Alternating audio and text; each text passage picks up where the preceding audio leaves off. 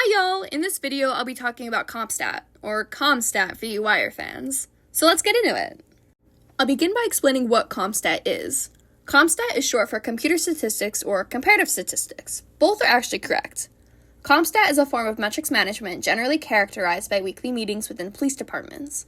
In these meetings, officers review crime stats, discuss ongoing investigations, and strategize crime prevention efforts. They do this to see how they're addressing crime, and if the way they're addressing it is effective. They also use it as a way to follow up on incidents and ensure that crime doesn't just migrate to a different area. It's essentially a performance management system, and it was developed by the New York Police Department in the early 1990s. Why this hasn't changed, though? Well, throughout the city, there was a huge uptick in violent crime. Murders, robberies, sexual assault, you name it, New York City was experiencing it.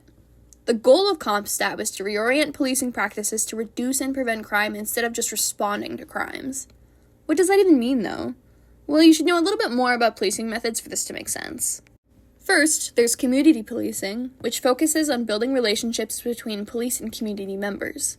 In this model, the police are heavily involved with the community, and they frequently do something called walking the beat, which is just a funny term for patrolling areas on foot instead of in the cruiser. If done correctly, it's instrumental in cultivating community relations. While CompStat can support this by identifying hotspots and tracking progress in neighborhoods, the pressure for results can pull officers away from relationship building and toward number chasing. Intelligence-led policing, by contrast, is all about data. This method uses stats to guide decision-making and resource allocation. For example, if a police department's data shows an increase in carjackings, more officers may be sent out on foot patrols in the neighborhoods the carjackings occur in. If it gets really bad, the department may even allocate money to create a task force dedicated to ending the carjackings. CompStat is basically the performance dashboard for this method, as it is one of the most well-known forms of intelligence-led policing. Then there's reactive policing. It's kind of what it sounds like. Police respond to crimes after they occur. They respond to 911 calls, and they make arrests based on complaints. They don't really do much to prevent crime, though. While much of the data from CompStat comes from reactive policing, CompStat tries to move departments away from this model by encouraging proactive, data-informed action. Now, what is probably the best-known method is proactive policing. Proactive policing focuses on preventing crime before it happens.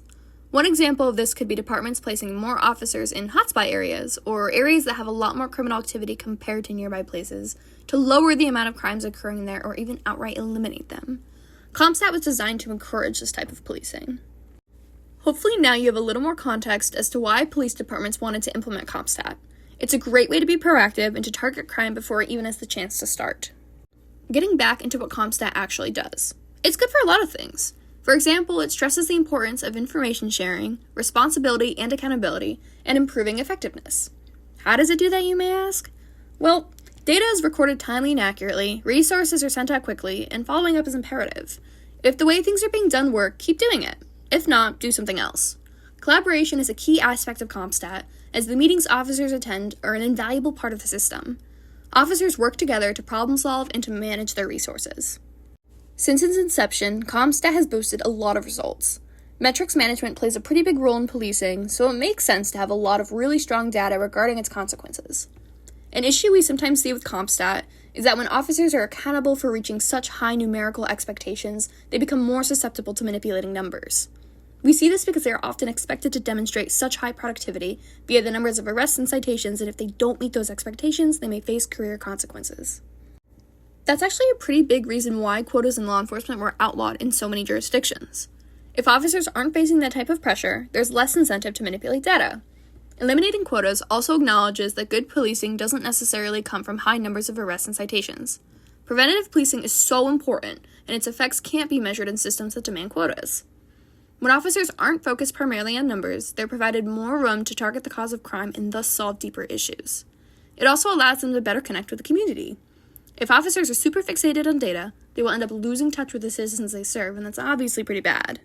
The downside we see with preventative policing is that this method doesn't leave much numerical proof of effectiveness. How do you record a lack of crime? You kind of can't. How can you be sure those specific preventative methods are the reason why crime decreased in a certain spot? Whereas with more concrete data, such as arrests or citations, there is a clearer way to record it. It's kind of a double-edged sword. Should a department value data over action? If they value data, they receive more funding because there's concrete information of where the problem areas are. If they act before crime occurs, there's no way to record the information that would be necessary for proper budget allocation in the department. Unfortunately, in either scenario, a department has to give something up, and that does affect how well they're able to police their neighborhoods. Let's connect CompStat to The Wire now. In The Wire, CompStat is referred to as CompStat. For anyone who's watched The Rookie, it's kind of similar to how Clip Talk is a fictitious version of TikTok. In The Wire, all the aspects of CompStat remain the same, it's just the name that changes a bit. In the show, there's a pretty well-known scene where Bill Rawls criticizes, well, perhaps yells is a better verb, at his subordinates during a CompStat meeting.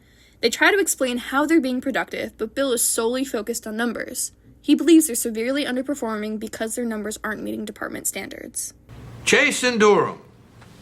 Sir, I deployed my resources per your instructions. We've beefed up foot patrols. We have our plainclothes squads on 12-hour shifts. And the corners stay full. They move, sir. Every day. They're going to sell their drugs somewhere. Major Taylor, I look at your numbers, I see the intel reports, the photos. It all tells me that you lack a fucking clue. This is a perfect example of how easy it is to get lost in the importance of crime stats rather than the actual effect of good policing. The Wire encapsulates the pressure a lot of officers feel really well. The meetings can become screaming matches as officers begin to lose touch with what's really important, making their community safer. This job. If the felony rate doesn't fall, you most certainly will. This line does more than simply critique the CompStat system in law enforcement. It outright brings to attention how so many officers at one point faced enormous pressure to lock in high stats. If they didn't, their careers would suffer for it. This is no way to police, though. The community won't become safer if you simply arrest everyone in it. Everything I've said so far, about chasing numbers, manipulating crime reports, and being punished for low stats, these are all part of a bigger pattern that comes with metrics management. The idea is simple. When you start measuring performance with numbers, people will start managing their work to hit those numbers, even if it means bending the rules or losing sight of the actual goal. This isn't just a policing thing either. It's seen pretty much everywhere in modern institutions.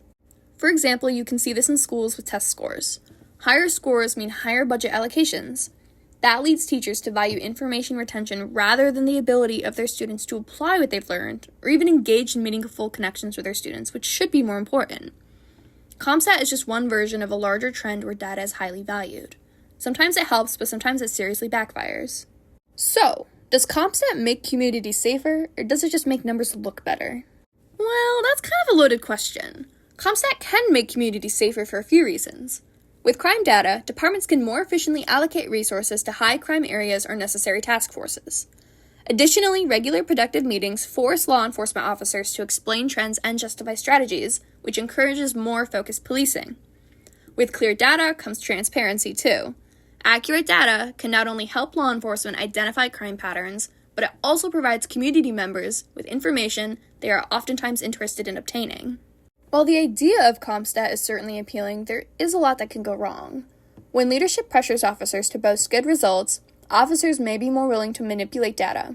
This could take the appearance of downgrading crimes, such as classifying robberies as thefts, to make it seem as though serious crime isn't as high as it is and thus makes the community appear safer. Additionally, CompStat data can lead officers to over-policing. That just means they camp out in higher crime neighborhoods, sometimes waiting for crime to occur and then securing their arrest. This isn't really an effective way to police, though, because it usually just ends up worsening community relations. Waiting for crime to occur, instead of just trying to prevent crime in the first place, doesn't focus on long-term solutions, and that's generally what these high-crime neighborhoods need. Overall, CompStat can be a helpful tool. Its effectiveness really just depends on leadership integrity and policy goals. When it's paired with ethical oversight, it can make communities safer. Without that, though, CompStat oftentimes turns into a tool to make the community appear safer without making any meaningful changes. Here's the bottom line. CompStat is only as good as the goals it serves. If the goal is better data, it delivers. If the goal is better policing, that really depends on how leaders balance numbers with judgment, and whether they see communities as people, not just statistics.